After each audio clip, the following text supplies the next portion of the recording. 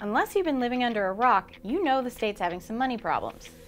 But did you know that in spite of mammoth budget problems and a lousy economy, the state is continuing to spend your money on public art? This is Talk Back, and I'm Amber Gunn.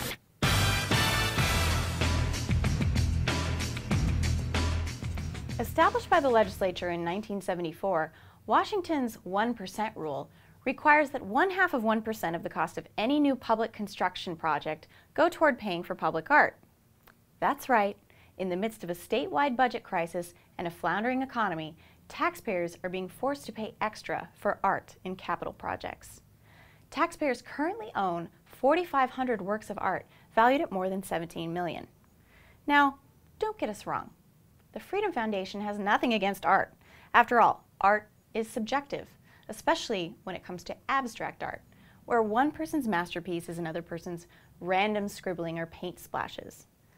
What isn't a good idea, however, is when the government compels citizens to pay for art, while at the same time claiming a multi-billion-dollar shortage of tax revenue and foaming at the mouth about how tax increases are necessary to prevent a statewide apocalypse.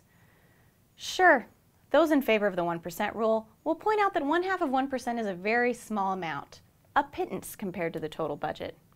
Fair enough, but when you do the math, the numbers start adding up to real money. The Washington State Arts Commission oversees the purchase of public art using the money generated by the 1% rule.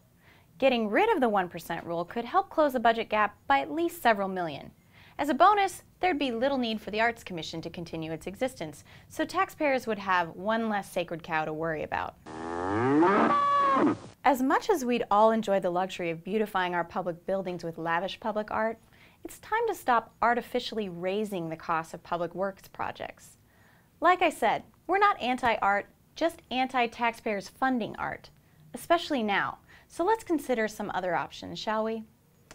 Imagine if the millions of tax dollars spent on public art were redirected toward more important needs, like public safety and public health.